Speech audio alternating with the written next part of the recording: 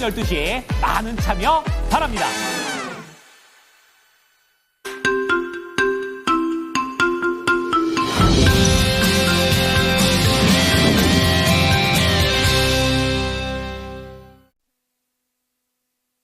주말 잘 쉬셨습니까? 모닝쇼 이건입니다. 뉴욕 증시 3대 지수는 일제히 하락을 했습니다. 그리고 낙폭도 상당히 깊게 나오게 되면서 이틀 오르고 이틀 내리는 그런 한 주를 보냈습니다. 자, 그런 가운데 트럼프 트레이드와 관련해서는 차익 매물이 많이 나왔고요. 그리고 인플레이션에 대한 우려가 있었음에도 불구하고 계속해서 견조한 미국의 경제가 결국에 금리 인하에 대한 속도를 더욱 늦추는 것 아니냐라는 우려가 시장에 팽배했던 흐름이었습니다.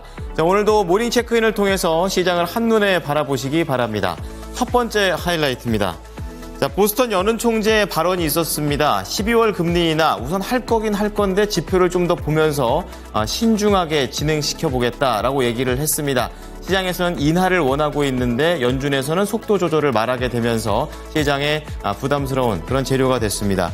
자, 그런 가운데 10월 소매 판매와 그리고 관련된 지표들이 발표가 됐었는데요. 예상치를 상회하게 되면서 경기 둔화에 대한 그 우려가 있었음에도 불구하고 미국 경기는 계속해서 견조한 소비세를 보여줬습니다. 여기에 더해서 10월 수입 물가 역시 4월 이후 최대폭까지 늘었다라는 점도 금리 인하에 대한 기대감을 뒤로 미루는 그런 재료가 됐습니다. 자, 그리고 마지막으로 트럼프 당선인의 2기 행정부가 코앞에 다가오고 있는 그런 상황인데요. 에너지부 장관과 관련해서 석유 재벌 크리스 라이트를 지정을 했습니다. 이젠 조금 더 화석 연료 쪽에 포인트를 맞추고 있는 트럼프 2기 행정부가 됩니다. 특징주 체크해 보겠습니다. 첫 번째는 엔비디아인데요. 이날 나스닥이 많이 밀렸던 것에 대한 그런 배경이 되기도 합니다. 엔비디아가 목표가 상향 조정 소식이 있었지만 정책에 대한 우려 때문에 하락을 했고요. 여기에 더해서 일라이 릴리 같은 경우에는 새로운 보건복지부 장관 이 내정자 소식에 큰 폭으로 밀려 내려갔습니다. 자, 그런 가운데 팔란티어는 이제 뉴욕 거래소에서 나스닥으로 이전한다라는 그런 소식 속에 수급에 대한 이점으로 이날 상승세를 크게 보여줬고요. 이제 마지막으로 우주 항공과 관련된 미국에 있는 종목들 종목별로 개별 소식에 따라 차별화되는 장세였습니다. 자, 오른쪽으로 넘어와 보시면 오늘 모닝 뉴스입니다. 6가지 뉴스가 준비가 되어 있는데요. 첫 번째는 환율입니다. 부진한 국내장과 관련해서도 연결고리가 상당히 강하게 있는 게 환시장이 될 텐데요. 언제까지 이렇게 될 것인가 좀 현황 파악을 해봅니다. 자, 그런 가운데 IRA 폐지가 지금 2차 전지와 관련해서는 큰 폭풍이 되고 있는 상황인데요. 과연 이게 우려대로 큰 폭풍인 건지 아니면 실질적으로 어떻게 좀 변할 수 있는 건지 점검합니다. 자, 그리고 건설사와 관련해서는 아직도 건설 업황 자체가 암울합니다. 지금 공사는 하고 받지 못한 돈이 계속 쌓여만 가고 있는 상황이라는 점 체크해 봅니다. 자, 밑으로 내려와 보시면 모닝 리포트 포함되어 있는데요. 태양광 쪽에서 SK 이터닉스입니다. 새롭게 커버리지가 들어가는 그런 내용이 되겠고요. 새로운 국내 풍력 기업과 관계가 있다라는 그런 내용들, 그리고 미국에 대한 기대감도 반영된다라고 얘기합니다. 자, 그런 가운데 삼양식품 또 나옵니다. 목표가 상향 조정이 되어 있고요. 전략 국가들한테 판매를 잘 하고 있다라는 점이고요. 거기에 캐파에 대한 기대치까지 계속해서 반영되고 있습니다. 자, 마지막으로 나노팀 보겠습니다. 자동차 부품주라고 보시면 되겠는데요. 아직까지는 좀 적자가 확대되는 모습이지만 앞으로에 대한 성장 가능성은 유효하다라는 관점입니다. 자, 뉴욕 증시 3대 지수 체크해 보겠습니다. 일제히 하락했습니다. 나스닥이 가장 많이 밀렸는데요. 나스닥 2.2% 하락을 하게 되면서 S&P 500 지수를 1.3%대까지 끌어내리는 역할을 합니다. 트럼프 트레이드와 관련된 차익 매물이 나왔고요. 여기에 더해서 연준도 파월 의장의 신중론과 똑같이 신중론에 동참하는 그런 상황입니다. 이러한 가운데 반도체들이 큰 폭에 밀리게 되면서 이날 필라델피아 반도체 지수가 3.4% 하락했습니다.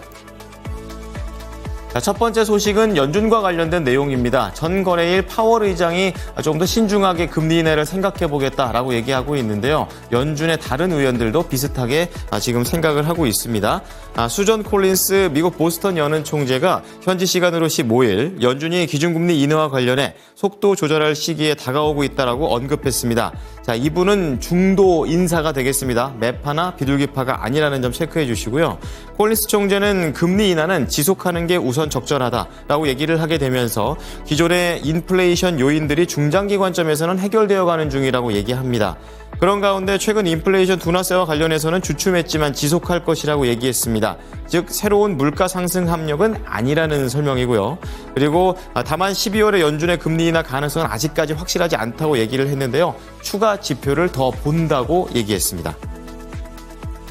자, 그런 가운데 미국의 경제 지표 견조했습니다. 두 가지가 나왔는데요. 첫 번째는 소매 판매입니다. 10월 소매 판매가 7,189억 달러로 전월 대비 0.4% 늘었다고 밝혔습니다. 예상치에 부합하는 수준이고요. 전년 대비 2.8% 오른 겁니다. 시장의 기대를 웃돈 소매 판매는 경기 둔화에도 우려 불구하고 미국의 소비가 견조하게 지속되고 있음을 시사했습니다. 자, 또 다른 경제 지표로는 미국의 지난달 수입 물가가 되겠는데요. 상승률이 4월 이후 최대폭을 기록하면서 석 달 만에 상승세로 돌아섰습니다. 노동부는 비연료 품목과 연료 품목의 물가가 모두 오른 게 10월 수치의 상승의 배경이다라고 밝혔습니다. 자, 트럼프 2기 행정부를 앞두고 계속해서 인사를 단행하고 있는 트럼프 당선인이 되겠습니다. 트럼프 당선인은 16일 트럼프 2기 행정부의 에너지부 장관에 석유재벌 크리스 라이트 리버티 에너지 최고 경영자를 지명했습니다. 신설된 국가 에너지 회의도 있는데요. 이것과 관련해서는 미국이 보유하고 있는 전통 에너지 자원을 최대한 활용해서 외국의 의존도를 줄이고 경제 성장을 촉진하겠다는 드릴 베이비 드릴, 그러니까 석유 시출을 늘리자는 구호 정책을 본격적으로 추진할 것으로 내다보이고 있습니다. 이것과 관련해 미국 언론들은 이 크리스 라이트 지명자는 셰일업계의 선두주자로 꼽히고 있고 화석 연료 산업에 대한 규제 완화를 추진하는 행정부의 핵심 역할을 맡게 될 것으로 보인다고 내다봤습니다. 자, 다음은 특징주 4가지 체크해 보겠습니다. 첫 번째는 기술주의 선봉장 엔비디아인데요. 많이 밀렸습니다. 오펜하이머와 시티그룹 쪽에서는 앞으로에 대한 전망 긍정적이기 때문에 목표가를 상향 조정하겠다라고 얘기를 했지만 결국에 시장의 투자 심리는 이러한 목표가 상향보다는 앞으로에 대한 정책에 대한 부담감이었습니다. 이로 인해서 옵션 시장의 수급 영향을 받게 되면서 이날 엔비디아가 3.2% 하락을 했고요.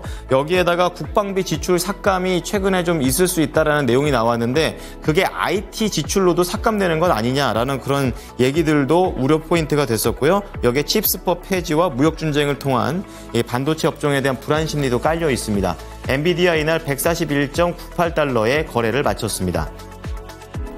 자, 두 번째로 보셔야 될 종목은 일라이 릴리입니다. 새로운 보건복지부 내정자 소식에 큰 폭으로 하락을 했는데요. 이분은 민주당의 원래 대선 후보였다가 사퇴를 하고 트럼프 후보를 지지한다는 쪽으로 밝히게 된 인물입니다. 이것과 관련해서 이 분이 내정을 하게 되면 FDA 규정이 더 강화될 것이라는 우려가 반영이 됐습니다. 하지만 아직까지 의회 통과는 미지수라는 점이 있다는 점 체크를 해보시면서 이날은 실망 매물이 많이 나왔습니다. 거의 5% 밀리면서 746달러에 거래를 마쳤습니다. 자, 세 번째는 이전 상장과 관련된 모멘텀입니다. 바로 팔란티어인데요. 뉴욕 거래소에서 나스닥으로 간다라고 얘기를 합니다. 만약에 이제 팔란티어가 나스닥으로 가게 되면 나스닥 100 지수에 편입될 가능성이 높기 때문에 수급에 대한 기대감이 그대로 반영됐습니다. 장대 양봉을 뽑아내면서 종가 기준 11% 급등한 65달러 77센트의 거래를 마쳤고 시간 외에서도 1% 이상 올랐습니다. 자, 마지막으로 우주 항공주 묶어보겠습니다. 개별 소식에 따라 차별화 장세가 나왔는데요. 안 좋았던 건 AST 스페이스 모바일입니다. 9% 이상 밀리게 되면서 부진한 실적 여파를 그대로 몸으로 받아냈고요. 그런 가운데 지금 보셔야 될 것은 로켓랩입니다. 반대로 9.4% 오르면서 여러 가지 이 미국에 있는 로켓 기업 상장 기업들 중에서 세 번째로 활발하게 로켓 발사를 보여줬다라는 그런 기업이 된다라는 평가에서 활발한 업황 기대감이 반영이 됐고 뱅크 오브 아메리카에서도 로켓랩과 관련해서 목표가를 상향 조정하게 되면서 이날 9.4% 오른 19달러에 거래를 마쳤습니다.